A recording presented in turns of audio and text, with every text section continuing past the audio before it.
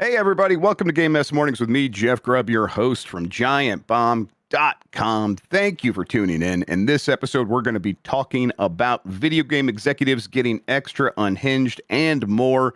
It's going to be a good one because we have Jan Ochoa on the show. Jan, how are you doing? Jeff Grubb, I'm a little bit well rested from vacation, but I got a case of the FOMO.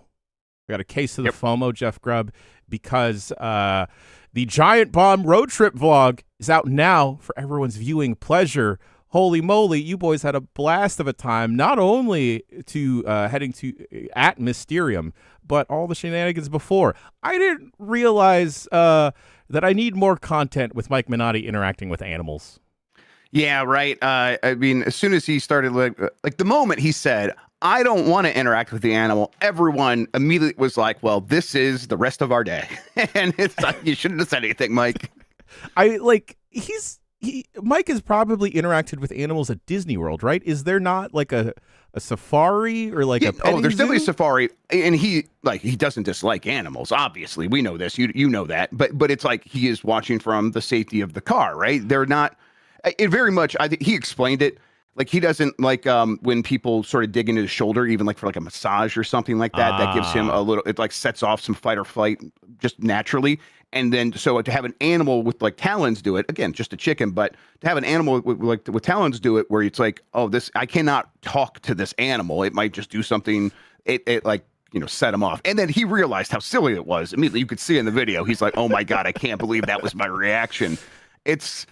You got to see it. Like, you have to see it. Man, it was very good. You have to see it, folks. Go put it on a tab right now, but keep watching this.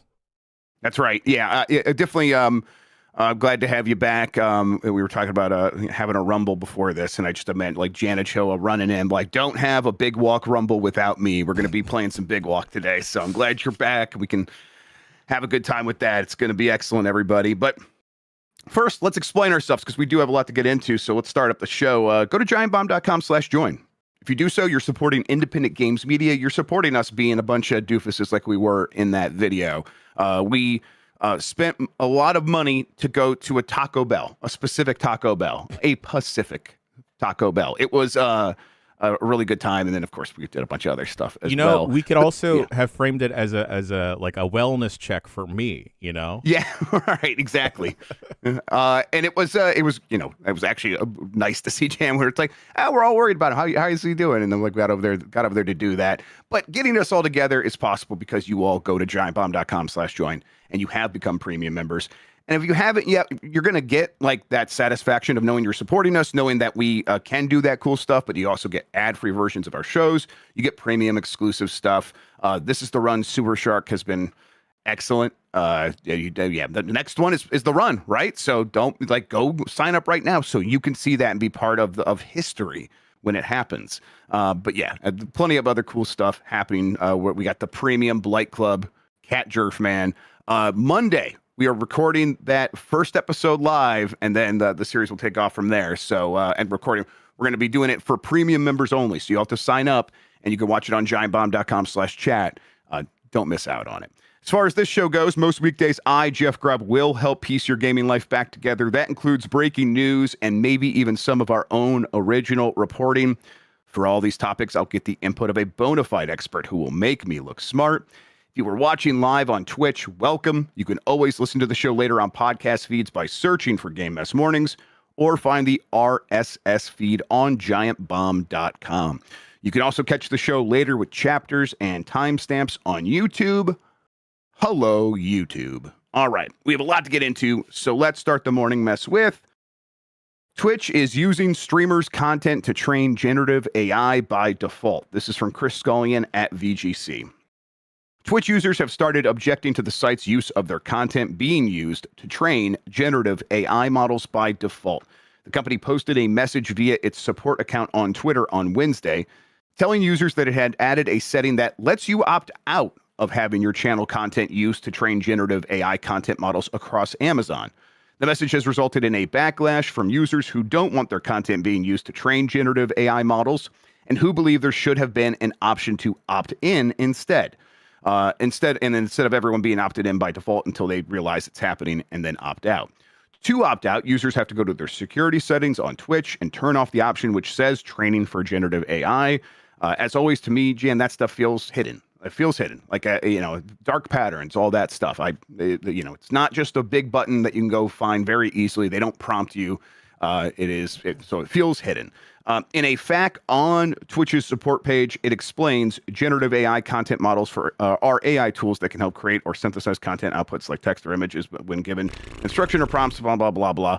An example of what happens when you allow your content to be used for training a Gen AI content model is that your audio might help refine models that create speech to text, which would help improve captions at Twitch, but would also help improve captions across Amazon. When opting out, Twitch says your streams, VODs, clips, stream chats, and pictures and text on your channel will not be used in future training of a model developed by Amazon, whose purpose is to generate or synthesize text, audio, images, or video. It doesn't entirely opt the user out of all AI and machine learning uses at Twitch. Even if users opt out, the site will still use AutoMod, which helps keep our community safe, but does not retain your data and use it to produce content. It will also still use AI to auto-generate captions for users' content, but does not retain your stream or your clips to train a model that can generate new content. In a stark explanation during a patch notes stream on the official Twitch channel later that day, Twitch Chief Product Officer Mike Minton stated that the reason users are opted into generative AI training by default is because they wouldn't agree to it given the choice. He says, "Why is it not opt-in? That's what everybody is in here spamming in chat. I get it. Let me opt in versus making it opt out," Minton said during the stream. Well, there's an honest answer, and I think most of you could probably appreciate this. If it was opt-in, nobody would opt in. Which is, he just says it. Like, that's, I mean, nobody wants this, and of course. Now, I think he was probably trying to get across the point, like, who seeks out any of these options for anything? But this is also just true on its face that no one would opt into this because no one wants this. Everyone, like, it is a very popular thing to be against this AI training, doing free work for these companies, giving it fuel to the data centers. And Twitch had to go out there and be like, "Yeah, no, that's why we're doing it, because we know you don't want it." And it's just, man, this company loves stepping on those rakes. Love stepping and jumping onto those rakes, Grubb. And we were talking about trying to implement some other stuff on Twitch. I believe it might have been last week, maybe the week prior. And it's so interesting how it is sometimes incredibly hard to actually stream and put videos out on the live streaming service that is Twitch versus something that is YouTube that can automatically do some of the stuff that we want to do. And yeah, Grubb, just stepping on rakes constantly. Like you mentioned with the whole opting out of AI, this happened on Instagram recently as well, where you had to jump through several different pages to even get to that little option to take your content out from generative AI training. Yes. No one wants this. There's maybe a baby's handful of chud bootlickers that want this. They don't have functioning brains, though. They don't have functioning brains. It should also be pointed out, Grubb, that people in chat are reporting this. If you are chatting in a page, like just live chatting, your messages are also being used to train generative AI if you are watching a streamer that has opted into this. So yep, no one is safe. Yeah, and it's like, you are a separate user who maybe didn't agree to that. How does that work? And that brings up, like, okay, so what if you do like a co-stream sort of situation, right? And you opted out, and the person you are streaming with has opted in. They didn't apparently have an answer to that. They're like, "Oh, we don't really know what happens in that situation," but it better be everyone's opted out. Yeah, because someone opted out. You can't just then be like, "Well, you are talking to somebody who opted in, so legally we're covered." No, the fuck you're not. What are you talking about? You cannot do that. That's crazy.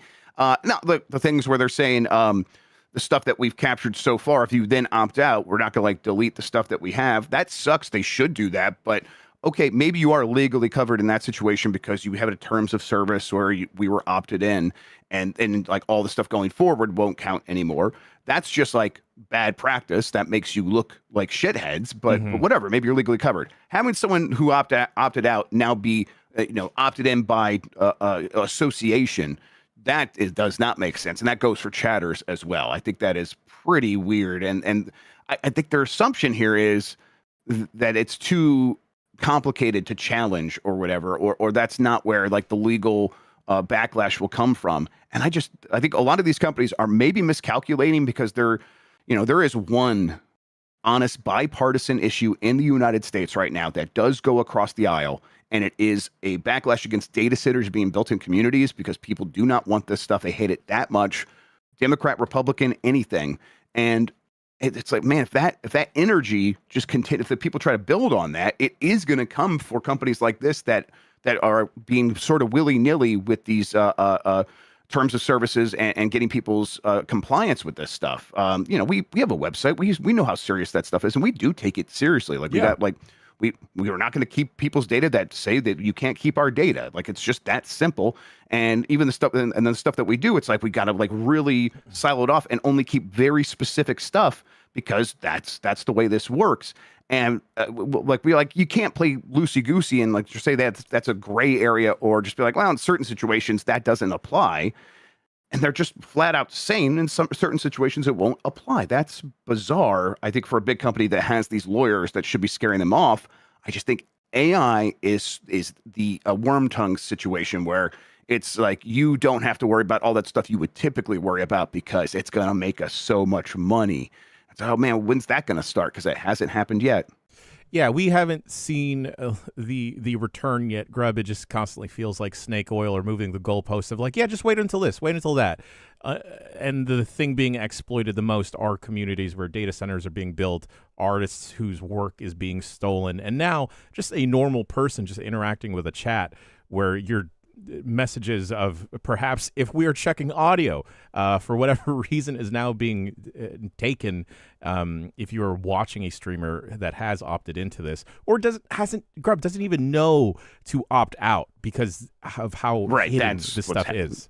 That's what this is really about, right? There's gonna be this big backlash, and there will be lots of people who do opt out, and then there's going to be an even larger audience of people who have no idea this conversation is happening. It's just and there's always the chance that conversation does break through and does reach that wider audience, but it doesn't. Like, they're counting on it not happening, and that is such a frustrating way to see these businesses operate. And I think that the backlash is probably just getting started for Twitch in this situation. But Twitch has dealt with a lot of sort of people being angry at it for its decisions before. It's always weathered it for the most part. And I think they'll just do the same thing here. And I don't know if that changes. The other aspect of this, Grubb, is I can see a very small, tiny sliver, tiny pocket of people that will see what Twitch is promoting, that stuff being trained, of like, oh, captions are being trained. Maybe that helps with accessibility. That might be the case on Twitch, but that data that is being fed into the generative AI machines that are being trained is also going to Amazon. Yep. Like it is not going to say siloed into Twitch. It's going to be used in everything. They're going to sell it. Yeah, they're going to sell it to third parties. Like that's why they're doing this. It's because it's valuable, and they can sell that training data. And then they could sell the training data and be like, and we have legal, like, this is all on the up and up, and we have billions of hours of data because Twitch has got so many users at any one time streaming their voice constantly, and then so that's part of it too, Jan. Like, and then streaming the video game on there. Does this opt the video game that they're playing into the training data model? Like, can the thing make a distinction? I mean, it probably could, actually. Content ID definitely could. Sure. But will they actually flip that on? No. So wait, they're going to be able to train not just on the person streaming, but the voice actor in the game who certainly did not agree to that? Right. What are we talking about here? Yeah, not only the voice actor, like if you're watching a cutscene, but like writing that is happening, visuals are also being captured, and streaming is already can be very difficult when it comes to licensed music. Now you have to contend with performers opting in, opting out, perhaps even devs fully opting out of a game being streamed on Twitch, because they don't want their game to help train AI machines. It's a tough time, Grubb. Yep. So I mean, I do think like, yeah, it's all in the up and up, and then it's actually not, because those games did not agree to this, and Twitch has had a sort of uneasy truce with publishers where it's like, hey, we're such a powerful marketing machine that let's not have the actual legal battle about copyrighted material and us reproducing copyrighted material or enabling people to do that. Let's just be like, let's all recognize that everyone's benefiting here, and let's chill. I think the people who are in these games, who maybe like can band together, would be like, hey, actually, no, we don't feel like we're benefiting, because we could see how this clearly leads to us losing work in the future. So we're going to stand up, and maybe that's where the challenge comes from. And I kind of hope anyone who might be sort of touched like in that way by this decision kind of comes together and decides to say, hey, we got to draw the line here, this far, no further. But we'll see. I mean, AI is probably not going to replace anything in game development, right, Grubb? They're not going to replace anything like writing, perhaps? Saber CEO would have been happy to replace former writer with AI in retrospect. Man, we're batting 1,000 with our CEOs this week, or executives, I should say. This is from Sam Sepiol at Insider Gaming. Saber CEO has now commented on rideshare Stimulator's former writer being replaced with ChatGPT, denying the allegations? I mean, yeah, kind of. For those unaware, the former rideshare Stimulator's lead writer claimed that she was sacked in 2023 and was replaced by ChatGPT, adding that at the time, all passenger voices were also done with AI. Since then, a Saber spokesperson has shared a statement, and the CEO has now added to that as well. Buckle up for that. In a statement to PC Gamer, the CEO referenced the spokesperson's statement, which said no writers were replaced with AI, and acknowledged the use of generative AI in the game.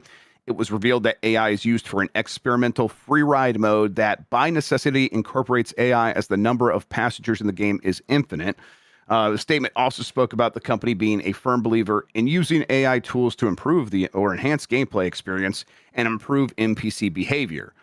The CEO, Matthew Karch, first stated that the Steam disclosure of AI use should arrive once their feature set is finalized. It's not on Steam right now. It has not disclosed that on Steam.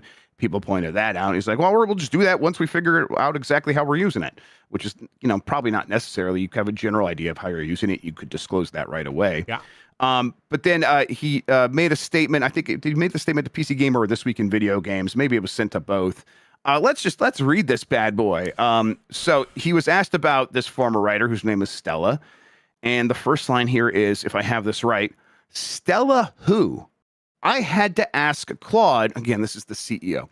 I had to ask Claude because I have never spoken to her or seen her. We have already said we are using AI for certain parts of the game and will update the Steam page once we have finalized the feature set. Let me clarify that the entire story script, were it to win an award, would go to someone who could walk up on stage and receive it. It was always our intention to reveal this until Stella violated her confidentiality clause and revealed this before we were ready. We look at our use of AI in this particular game, which will be a lower price title, as a plus for consumers. As far as Stella is concerned, she was replaced by someone more talented and terminated for a variety of reasons a few months later. From what I can gather, she enjoys controversy even more than I do. I would frankly, in retrospect, have been happy to replace her with AI. At least we would be dealing with someone programmed to be honest. Oh, Grubb, I got to go back on vacation. Yeah. So, I mean, oh boy. This is, you don't do that. Ooh. You don't, I mean, okay. I am a fan of a lot of Saber games, and I want to remind people, and I have a decent idea of how things work over there. Matthew Karch is responsible for none of the good things at Saber. Like, that's just flat out true. Yeah. He is not responsible for anything that you might have liked from Saber. It had nothing to do with this guy. It was the people making those games, some of whom seemingly have been replaced by AI, or he wishes that they had been, and he's clearly ready to do so, according to this unhinged statement. This thing that he did not have to write. He could have let PR handle this. He could have let his communications people handle this, and he didn't because he's brain damaged. how else do I read this other than this is a person who needs help? Grubb, you know what is the saying? Like, everyone has an asshole, doesn't mean you have to show it. Yeah. He put his out there in Out display. there. Did not have to do any of this, like you said. Didn't have to say anything. Does it feel like he consulted AI not only to ask who Stella is, but to write this whole thing? Yep. I mean, even if he did, he's just like happy to be out there peacocking, being like, "Oh man, I'm gonna show him with this." He's got to be one of these guys that just like surrounds himself with other like-minded or sycophants who wouldn't be like, "Hey, this is a terrible idea." Or sometimes when you open your mouth, you cause problems for everybody else that works for us. And either he knows that and doesn't care, or he doesn't know that. And either situation is disqualifying for the position he has. Now, of course, we're in a world where that doesn't matter. All executives are like that at a certain point. They're all terrible. Saber CEO Matthew Karch is a true loser. Just an absolute weirdo. And he's happy to prove it here. Biggest dork in the world today. Yeah. Goes to you, sir. Grubb, this is fucking terrible. I know that the cognitive dissonance of people in C-suite positions, minus giantbomb, of course, is on a different level. But to be this insane and to put this out also, wild behavior. God, to ask AI who you know, just that step alone, just insane. Yeah. You can't. Yes. You can't ask like someone else in the office of like, who is this person? Isn't that HR's whole thing? Right. Oh boy. It is. It's like you have those portraits of older executives and billionaires who eventually lose their minds and lock themselves in an office and are sitting there naked and like just dictating everything. And it's like, oh, they've built a machine to expedite that process. They've built this AI machine to make sure it's like, hey, how can I cut myself off from the other humans that I require to make money and just be a little goblin in a room who says crazy stuff? It's like, yeah, your point of like, you should have just asked someone who handles this at your company who this person was and had a conversation, and they probably could have talked you down, but he didn't have to have those conversations. He could just talk to his AI buddies, and they could be like, you're right, that they don't get it, that you're saving your customers money by making games at a more affordable price. So you could sell it at a more affordable price. Tell them that. Once they hear that, they'll be so won over by your persuasive argument that this will go away. Putting this statement out shows like it is like damaging to the company that he is the CEO of. And it's like, because Saber otherwise before this had a pretty decent reputation, and I'm aware of its reputation among people who have worked there. Sure. And I'm like, I was for a while there, I was confused. I'm like, hey, this, they're putting out video games, and I know a lot of you people who used to work there are into that stuff. So why do you all seem like, man, I just want to work at a place that is more, I don't know, like together and has an artistic vision? Like, what does that mean? It's like, oh no, what they were all really getting at is that this guy fucking sucks, and anytime he shows up or pops his head up in any part of this company, it taints everything else. So yeah, I feel for the people who work at Saber who again are actually making these games. There are even some like decent executives. I want to say like Tim Willits, right? Is he's still there? That guy used to be at id, and he seems like a real dude for the most part. Maybe I'm wrong, but he seems like a dude. But this guy, the CEO, is a nightmare. Grubb, and I feel bad for everybody there. If this is like insight into his own managing style and how he feels, that if he feels it's okay to lash out like this and make this insane statement publicly, I can only assume what is happening behind closed doors and like the types of memos and the types of edicts that are being put out by someone this unstable. Yep. We saw a hat at Summer Game Fest 2-3 years ago really tank the reputation of a company. Like a lot of people, that CEO of Splitgate, that hampered the whole reputation of that game, the whole series. This is doing that on like 12 billboards next to each other. Yeah, and it's like, yeah, and to be clear, I'm not like, I'm also now feeling terrible about Saber games. And it's like going forward, this will be the first thing I think of. Like as a reminder, it's not like this is a surprise about Matthew Karch. He had a viral comment back in September 2024 where he posted on an Asmongold video and says, "Hey man, CEO of Saber here. I love your videos." And big Asmongold fan. And at this point, that is also disqualifying, just on a human level. You should be, locked up for that. That's crazy to be a grown man who watches Asmongold videos. That's bad. Roaches love garbage, huh? Yeah, absolutely. All right, let's take a break. Lots of more headlines to get into after this. If you want to skip out on these ad messages, there's a way to do that. We put up ad-free versions of the audio and video program when you go to giantbomb.com/join. Get them there. We will be right back.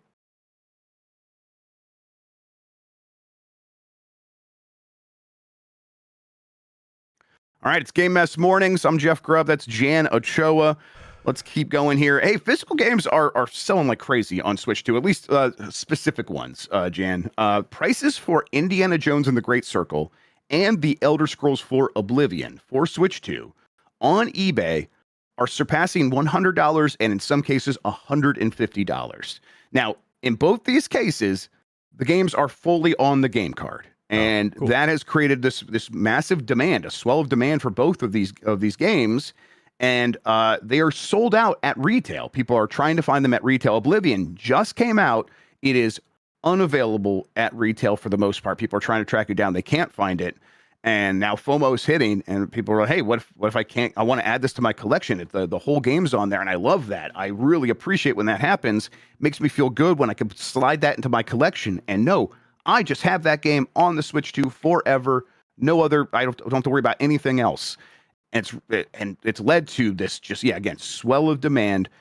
It's doing very well. Do you think this is something that is a momentary point in time because it's people are feeling especially precious about physical media in the wake of PlayStation's decision, or is this like a long-term, positive that Nintendo can sort of leverage and third parties can leverage by just saying, hey, if it's on the card, you guys will buy this, right? Seems like maybe that's the case. I think it is a little bit of both, Grubb, where I've seen like my more normie friends talking about how Sony is like ending disc production and how even they're thinking of like, well, after GTA 6, maybe that's the last game I buy, unless it's on a Switch 2. And I can see a lot of people just kind of clamoring for more physical media and preservation of that. It's great that these games actually come on the cart. That can also be a major factor as well of like, oh, okay, cool. The game is here. I have the game. It's a little bit all over the place, Grubb, but it's kind of cool for third parties to have this space and this platform on the Switch 2, and that it is like a viable place to also release your games. We saw the success of Capcom earlier this year. Kind of insane to hear the games that are going for $100+ on eBay right now.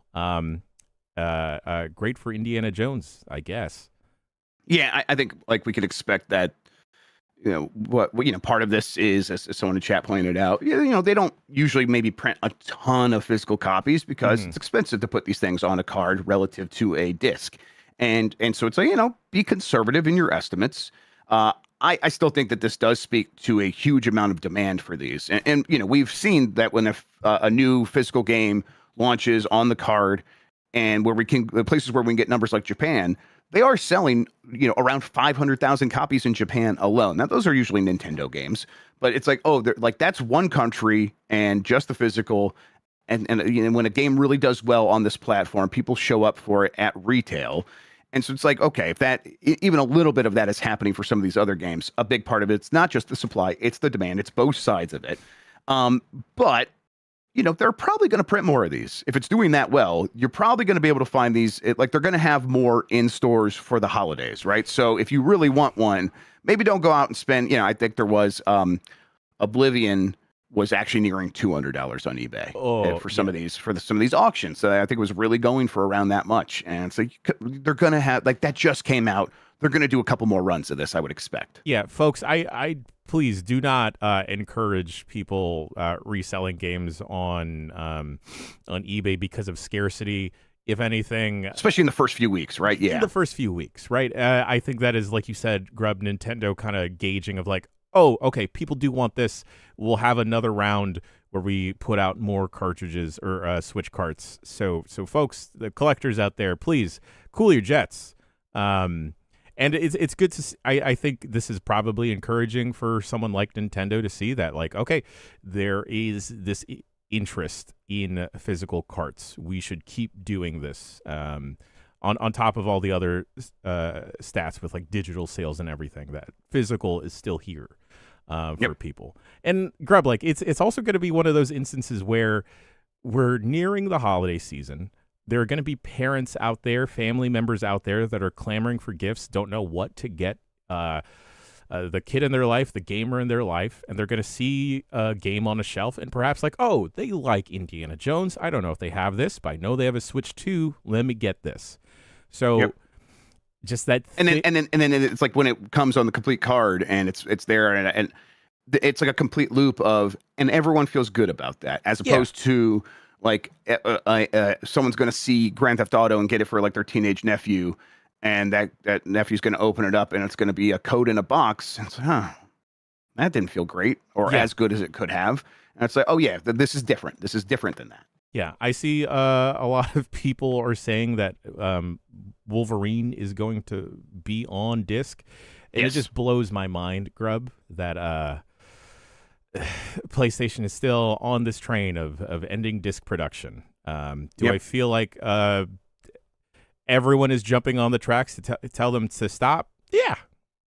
Everyone is, yeah. And it's, I think that they definitely are just trying to rip a Band-Aid off there because they think that this is one of the ways that they could just improve a few percentage points of profit margin. And that feels distinct from everyone involved in making a game card for the Nintendo Switch 2 and knowing how expensive those are. Everyone's like, we'll figure out a way to eat some of that cost, and sometimes it'll be a little bit more expensive. And of course, it's like Oblivion is an old game, and it's selling for what, $60, $70 or something like that. Yeah, you're paying for it here, but I think everyone is saying like, we'll pay for it. Like, is that not clear? And so you just go look at Sony and be like, man, figure this out, find some way to support it for as long as possible. Apparently both Indiana Jones and Oblivion are well in the good, in terms of performance, well in the good enough to good range of everyone going, yeah, hey man, this is acceptable, and then sometimes better than acceptable. Great. So that is also a part of this where no one's necessarily completely miserable about the way it runs. I think there is some noticeable like hitching for Oblivion, but that game was running like dog water everywhere. So that's probably, again, acceptable for that game. All right, Mario Kart World may be competing with the greatest enemy imaginable, Mario Kart 8 Deluxe. Stephen Totillo at GameFile dug into Nintendo's latest numbers and found a fascinating pricing / back compatibility problem from April through June. 9-year-old Mario Kart 8 Deluxe sold another 450,000 copies at $60, while Mario Kart World sold 690,000 at $80. World is still ahead, obviously, but that's an extraordinarily close race between a new flagship Switch 2 game and a 2017 Switch release. More interestingly, Deluxe's sales relative to the Switch install base have actually strengthened since Switch 2 launched, while World sales relative to the Switch 2 base dropped sharply after Nintendo dropped the bundling it with hardware. Obviously, there's some caveats here. Deluxe can be sold to both Switch 1 and Switch 2 users, while World is just for Switch 2 and it's more money. But yeah, I think that this is, God, is it a problem for Nintendo? Like, this is it's like one of those ones where like, man, boy, that sucks. Our steak is too juicy. Yeah, I don't. I'm not 100% sure if this is a problem. Does this hurt the Mario Kart World player base? But I guess this is still fine for the Mario Kart 8 player base, right? To find races and find matches, not matches, races online. I don't know what to make of this, Grubb, because the calls coming from within the house, they are the problem. But also it's not a problem. I've always found Mario Kart, like the real diehards out there, where this is one of their forever games, to be such a fascinating world because they play the game completely different than I ever do. So I'm wondering, is there like a niche streamer or YouTube video or like TikToks that are popping off that are only, I don't know, available in 8?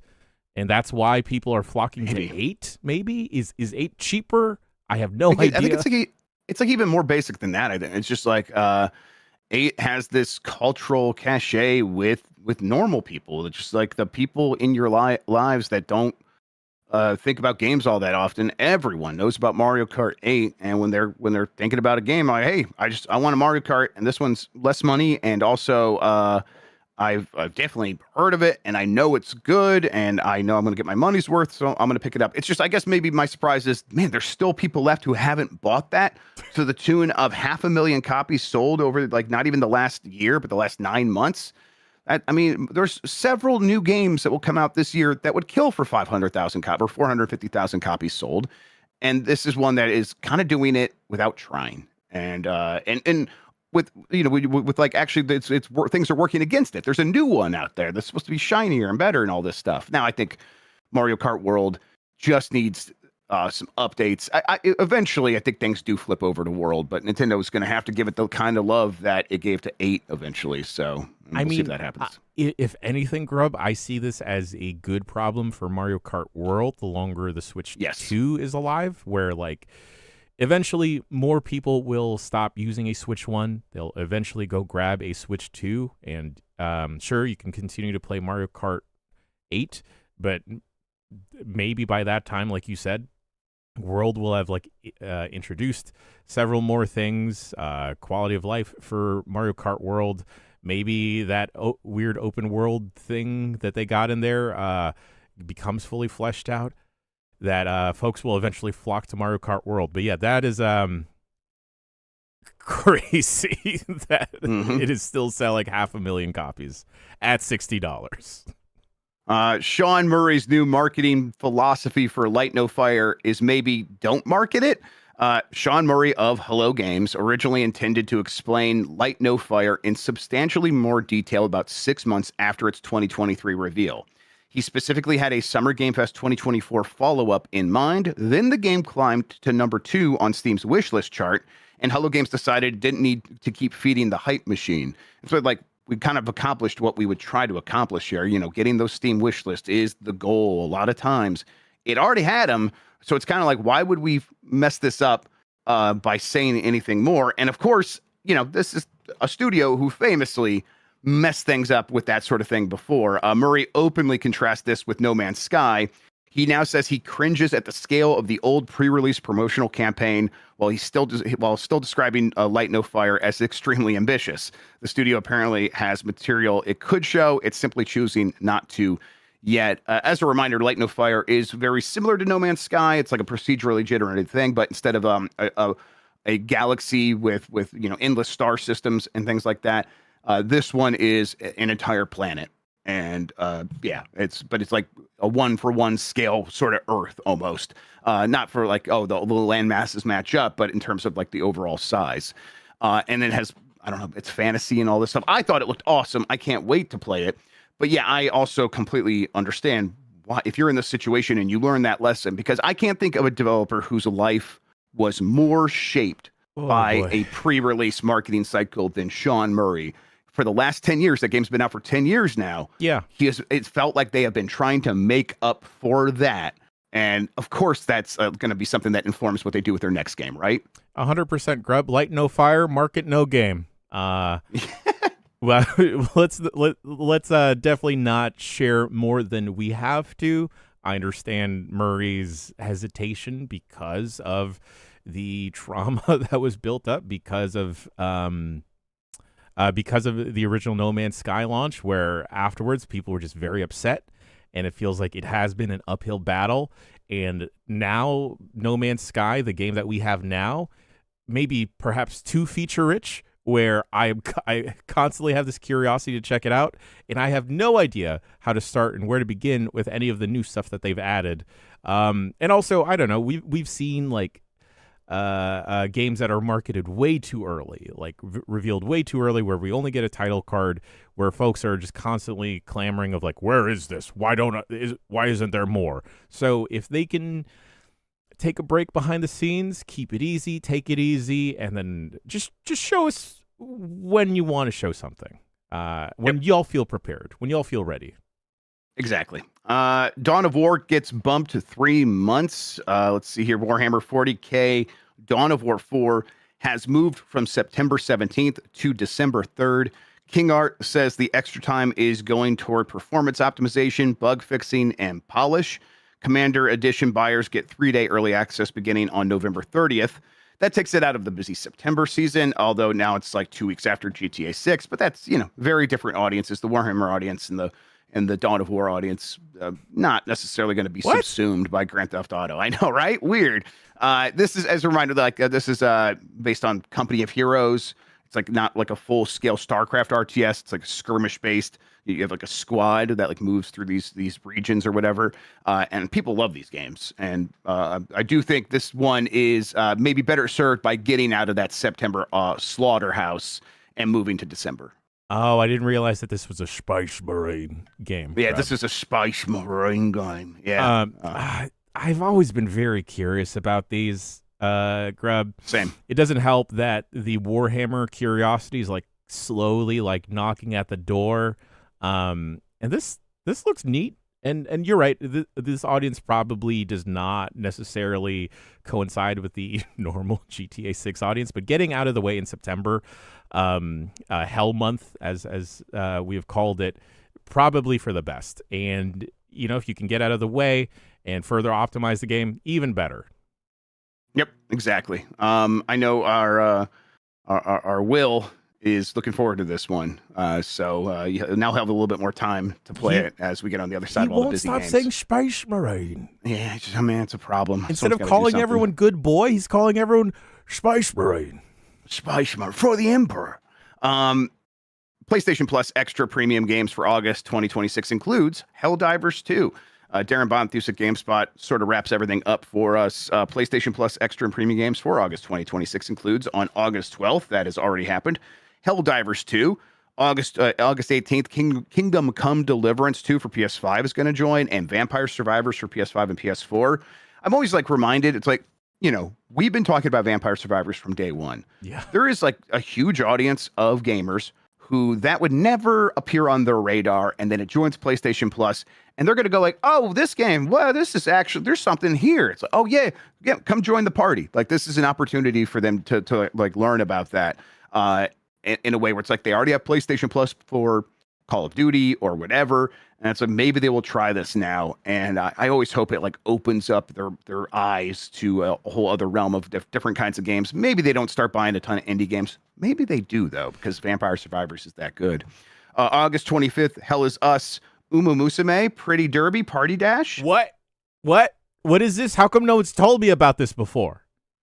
2 Point Museum, Metro Exodus, Dying Light 2. That's all still August 25th. And then for PlayStation Plus Premium users, you get the PS Classics on August 18th of Onimusha, Dawn of Dreams. That's going to be hitting on both PS5 and PS4. And then Disney's Atlantis, The Lost Empire. What? Yeah, what? That's my response. I'm like, what? Huh? What? That's so random. But okay, sure, why not? Hey, listen. Respectfully, characters in that movie. Holy moly. Yeah, some really, really strong designs. Whatever you're into, whoever you're into, you got options in Disney's Atlantis. Grubb, is it time to bust out the Jantucky Derby again with Uma Musume, Pretty Derby, Party Dash? I gotta get Matt Shipman on the phone? You got a final Fantasy. You got a lot of stuff to do on that. Like, that's a big game. Maybe just drop some Uma Musume in there between that. Yeah, who knows? I'm gonna call a meeting and not tell anyone what we're actually doing. That's the way to do it. I actually have the same plan for later this month, Jan. Are you busy later this month? I'm gonna maybe do a surprise evening stream that I'm gonna spring on you guys.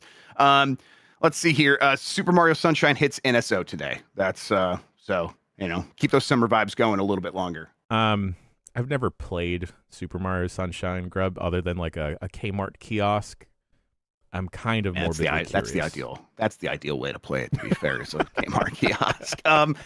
It's a good game. It's still one of the best platformers ever made. It just has a lot of issues. It's a very good game still, though. All right, some quick updates. Let's see. Yes, today, Thursday, August 13th, Madden is now available worldwide. The Gears of War E-Day open beta becomes available to everyone today and runs through August 17th. Hell Let Loose Vietnam launches today with its 50 versus 50 warfare. Man, we should try that out. 6 modes, helicopters, patrol boats, and tunnel building. Also out today, let's see, Dagger Directive Memoriam. Oh, Wild Blue Skies, that Star Fox-like is out today, so get in on that. Then tomorrow, not a ton going on. The most notable listed new game is Grave Seasons, which I think is one of those farming games that has a murder mystery behind it or something like that. It's one of those. It's a spooky one. That's on PS5, Xbox Series, Switch, and PC. And then, yes, that does it for the announcements there. All right, so done with the headlines. Let's get to the poll question from yesterday. I'm going to refresh the results and get them the most up-to-date as possible. Are you interested in buying the new Zelda Switch 2? Your options were no, I'll get the Zelda Switch 2, I'll get the Zelda Pro Controller, I'll get both. I might get that Pro Controller, maybe. I don't know. This is tough for me. I do like these special Zelda ones. I'll consider getting the Zelda Switch 2, I'll be honest. So the responses are 70% say no, then 18% say I'll get the Zelda Pro Controller, 7% saying I'll get the Zelda Switch 2, and 5% say I'll get both. Those are the real sickos out there. Jen, did you see these? The leaks? I did. Unless it's an improved screen, Grubb, I don't see myself upgrading a Switch 2 anytime soon. Yeah, I mean, it might be a slightly improved screen. It's not an OLED, though. Definitely not an OLED. We're probably still a way off from that. So I think that's what these are the 70% of no's, I think, are all kind of saying the same thing, right? Call me when there's an OLED. I don't have a Pro Controller for the Switch 2, so I don't know. Maybe this is a fun option if these aren't super hard to get. But given how supply is sometimes a little low, I kind of don't want to pay secondhand for this. Also, I don't know, Steam controller, mighty fantastic. I can just deal with the Joy-Cons on the Switch too. Yeah. I was trying to check, Jan, if I still was subscribed to Just Dance. And that was installed on the Switch that the Switch 2 that the kids use mostly. Mm-hmm. And we since we got back from our trip, it was like, I haven't seen that one, guys. Where is it? I need it because I can't just like access this game. I need to like do the handshake to get it back on this Switch too. So luckily we did find it yesterday. I did boot it up and I'm like, do I still have an active subscription? I couldn't find it. So I'm assuming I'm good. I'm like, I think I'm good. Grubb, I'm in a similar position with Paramount Plus. My login information is specifically tied to an Apple TV. I don't know how to get to the account. Yeah. Oh, man, that's so frustrating. I don't know how to cancel it. I can't even log in to watch anything on Paramount Plus. Sometimes I'm like, I'm going to cancel the card that's associated with all these things, and I'll just start from scratch. Let's burn it all down. Let's salt the earth. Yeah, I can't become a yellow stoner. Yeah. Man, my shouts out to the Yellowstoners out there. Which do you prefer, Mario Kart World, Mario Kart 8 Deluxe? These are your the two options for the new poll question. We'll get the answers to that tomorrow on Game Mess Mornings here on Giant Bomb. Speaking of Giant Bomb, it's time for another great big walk, Jan. We're doing that. What time are we doing that today? Right after Voicemail Dump Truck? Right after Voicemail Dump Truck is what I see on the calendar. Yeah, so tune in for voicemail dump truck here in about an hour or so, everyone. That will be a good time. It'll go for about, like normal, an hour and a half with the bonus question for premium users. And then we'll take a small break. We'll get set up and we'll come back and do some big walk for a couple hours. I am looking forward to getting back into that game. It's been so much fun. So yeah, don't miss it. I think we're gonna try to see the end. Maybe not today, but over the next couple episodes, we'll try to get there. All right. Anything else, Jan, that we have going on? Folks, if you haven't seen it yet, go check out the Giant Bomb road trip vlog that Dan Reichert put together lovingly, masterfully. Have a good time with the boys and everything. Also, if you missed Blight Club yesterday, go check that out. Go check out that fever dream of a game. I tried to explaining to someone what the game was, and I didn't have words, Grubb. Yep. Okay. Well, looking forward to getting more information. Sorry, I got I was seeing the notification of Dan like saying we shouldn't use ampersands. I'm like, yeah, he's right. Don't use that. And then Chuck's like, yeah, I'm getting rid of it. So, all right, no ampersands in headlines. Everybody, get your stylization out Maybe of here. Maybe a plus. Yeah, maybe. There's new notification. Fuck you, Grubb. Hi, Chuck. Grubb, actually, more important news. Go to store.giantbomb.com. Store.giantbomb.com. Get a boy salad shirt. Folks at home. It's boy salad season. It's boy salad summer, Grubb. I love you too, Will. Man, these notifications are great. And then now Chuck's calling him a kiss ass. Don't fight, boys. It's all right. All right. Let's see what else we got to do. I think what I do now is say, Jan, thank you so much for hanging out with me today and talking about video games, man. I really appreciate it. It's the best way to start a Thursday, Grubb. Boy salad summer. Boy salad summer. Thank you, everybody, for watching and listening. You're the best audience in gaming. Until next time, have a good one. Take care of yourself, and boy salad.